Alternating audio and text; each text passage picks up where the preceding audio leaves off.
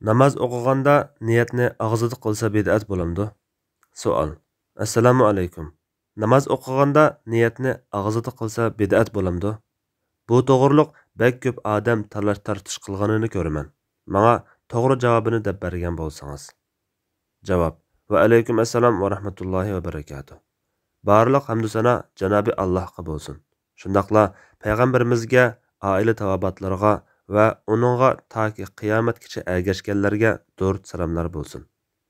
Janobi Alloh Qur'on Karimda mundaq degan: Halbuki ular dinni Allohga xolis qilgan, haq dinga itoat qilgan holda bir Allohga ibodat qilishga va yana namozni arkonlar bilan o'qishga, zakot berishga buyurilgan.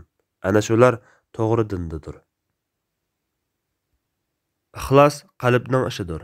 İxlasning makoni qalbdir. Namozmi ixlos bilan o'qishga buyurilgan ibodat bo'lib, namoz o'qimoqchi bo'lgan kishi faqat Allohni ko'zlab, Alloh uchun namoz o'qishi kerak. Umar ibn Xattob radhiyallohu anhu munbarda turib mundaq degan: "Men Rasululloh sallallohu alayhi va sallamning mundaq deganligini anglagan. Amallar faqatla niyatga bog'liq. Har bir kishi niyat qilganiga erishadi.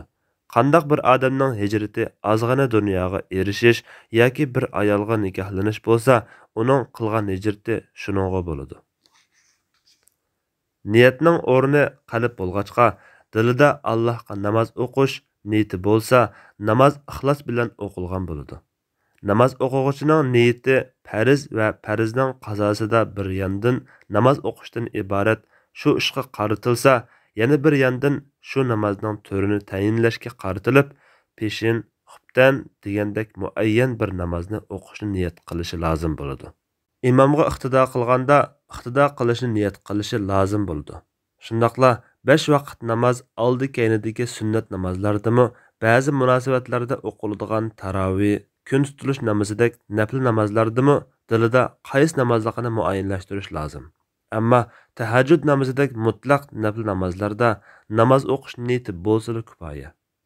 Demak, niyat Allohning roziligini ko'zlab, amriga bo'ysunib bir ish qilishni iroda qilishdan iborat.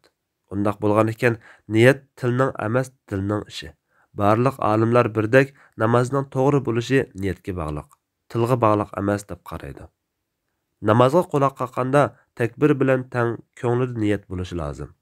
Uning o'lchimi bu namozning qaysi namoz ekanligini bilish, so'rab qolsa asr yoki sham deyilishidir. İmam Muhammad rahmatullohi alayhidan kelgan bir qarashda uyidan farz namozni jamoat bilan o'qishga chiqqan kishi sabti turib namozga kirsa, namozga kirgan chaqda niyati yodiga kelmasimi joiz bo'ladi. Chunki u niyat qilgan ishni vujudga chiqarish uchun harakat qilayotgan bo'lg'achqa, niyati davomlashgan hisobda bo'ladi deb qaragan. Ammo namozga quloq qoqishdan burun niyat qildim, o'tarman deb namoz peshinning 4 rakat farzini iqtido qildim. Hozir imomga qiblam bijahdi Ka'baga degandek niyatni og'zida qilishning hukmida olimlarning qarashlari o'xshash bo'lmagan. Bir turkum olimlar og'zida niyat qilishni mustahab deb qaragan. Yana ba'zilar mustahab emas deb qaragan. Yana ba'zilar bid'at deb qaragan. Bu har xil qarashlar 4 mazhabga tava olimlarning qarashlari bo'lib, Hanafi mazhab olimlari orasidami bu qarashlarning hammasi mavjud. Shuni eskartish kerakki, Imom Abu Hanifa rahmatullohi alayh bilan shogirdi Abu Yusuf rahmatullohi alayhlardan tilida niyat qilish haqida biror ko'rsatma kelmagan. Imom Muhammad rahmatullohi alayhdan haj faoliyatida haj qilmoqchi ekanligini og'zida ifodalash sunnat deganligi kelgan. Lekin u haj faoliyati uzun vaqt talab qiladigan, turli to'salg'ularga duch keladigan jafoliq ibodat bo'lg'achqa, og'zida ifodalash orqali Allohdan osonlik tilash sunnat qilingan deb, namozning vaqti qisqa bo'lg'achqa, namozda og'zaki niyat qilish mustahab demagan. Bu namozni hajga qiyos qilishga bo'lmaydiganligi aniq ko'rsatadi. Keyingi Hanafi olimlarning qarashlari o'xshash bo'lmagan.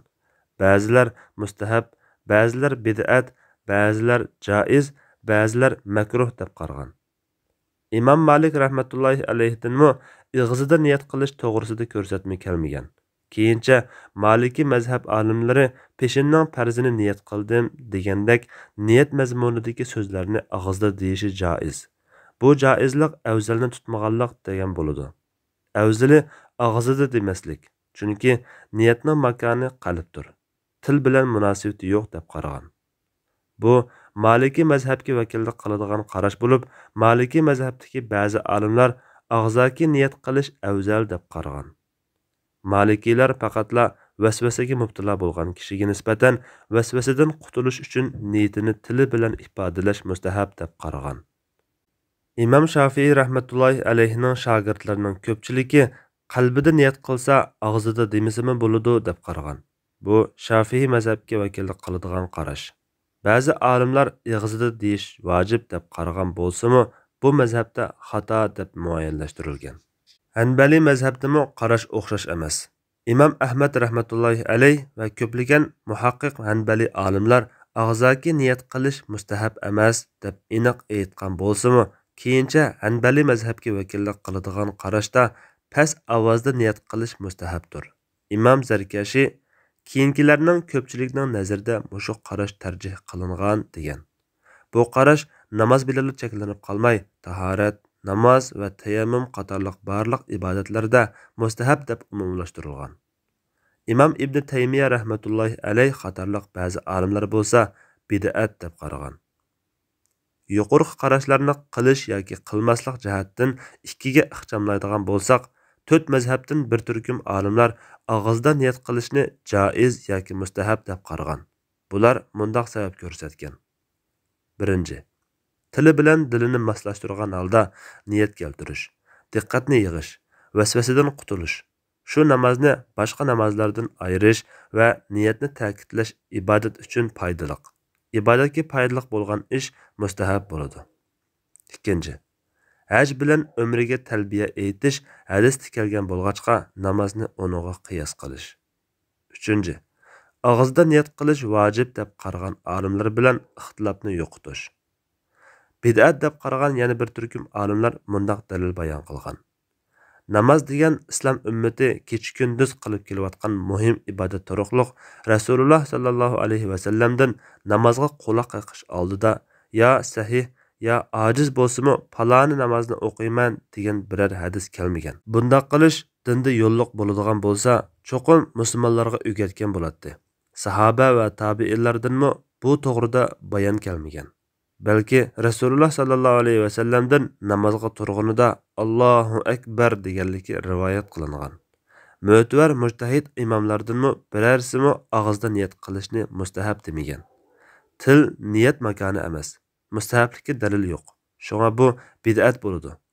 Yana takbir tushirib bo'lgandan keyin og'izda niyat qilish takbir tushirish bilan quloq qoqish oraliqida gap qilishdan iborat bo'lg'achqa makruh bo'ladi. Damalliqqa qarashqa yuqorqi mustahab degan dalillar to'rt mazhabga tava og'izda niyat qilish bid'at deb qaragan yana bir turkum olimlarning dalillari oldida puttirab turolmaydi. Chunki diqqatni yig'ish uchun yordami bo'lganlikdan mustahab bo'lgan bo'lsa, buni Rasululloh sallallohu alayhi va sallam va salaflar qilgan bo'ladi. Haj bilan umriga qiyos qilganda niyatni unlik tovlash kerak bo'ladi. Halbuki bular niyatni ichida deyishni mustahab degan.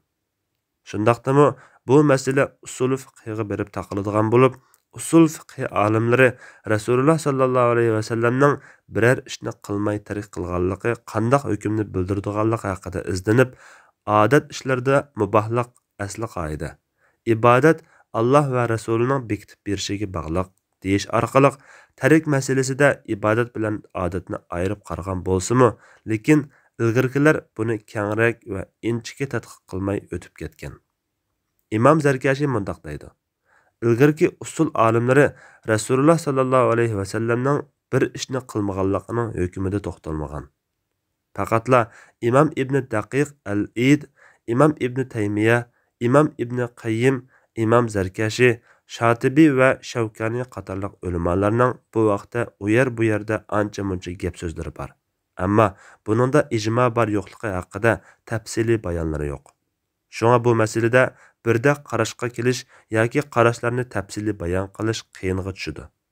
Albatta, Rasululloh sallallohu alayhi va sallamning bir ishni qilmaganligi u ishning vojib emasligini aniq bildirdi.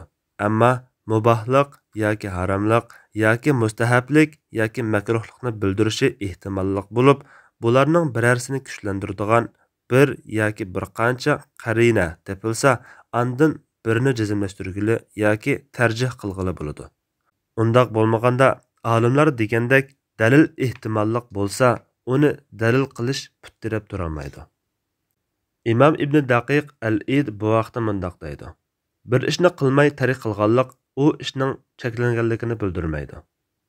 Ammo İmam İbn Taymiya va İmam Shavkani qatorliq keyingi ba'zi olimlarning bundaq ahvolda cheklashni tanlashi tariq etishning izchil takrorlanganligiga, sahoba kiramlarning shundoq tushunganligiga, shundoqla o'z vaqtida Rasululloh sallallohu alayhi vasallamning u ishni ehtiyoj bor turib qilmaganligiga cheklashni tarjih qilish uchun qarina hisobida qarag'anlikdan kelgan. İmam Shotibiy mundoq deydi.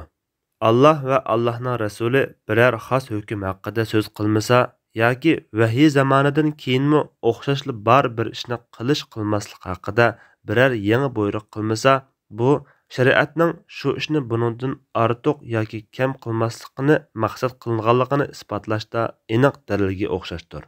Chunki bir ishni qilishga ehtiyoj bor turuqliq u ishning yo'lga qo'yilmaganligi yoki askartilmaganligi shu chog'da muqomdalgan ishdan ortiq bo'lganining bid'at va shariatning maqsadga zid ekanligini aniq bildiradi. Chunki shariatning kam yoki ortiq qilmay shu siziq ustida to'xtashni maqsad qilganligi biror yangi buyruq qilmaganligidan bilingan. Ammo og'izda niyat qilishni vojib deb qaragan olimlarning bo'lsa, dalili yo'q bo'lib, bular faqatla İmam Shafi'i rahmatullohi alayhining bir iborasini xato tushunib olib, vojib degan qarashni tutgan. Bularning qarashi Rasululloh sallallohu alayhi vasallam vojibni tariq qilgan va uni yetkazmagan degandek xato yakun keltirib chiqardi. Shunga ularning qarashi hisobga olinmaydi. Xulosa: dilida niyat qilish farz, dilida niyat qilsa yetarli ekanligida olimlar birdek ittifoq. Shundaqla og'izda niyat qilish vojib emas. Og'izda niyat qilish masalasida bo'lsa, eng muvofiq qarash yuqorqi 4 mazhab olimlaridan kelganidek, niyatni og'izda deyish joiz. Ammo bu afzalni tutmaganlik bo'lib, afzali og'izda demaslik.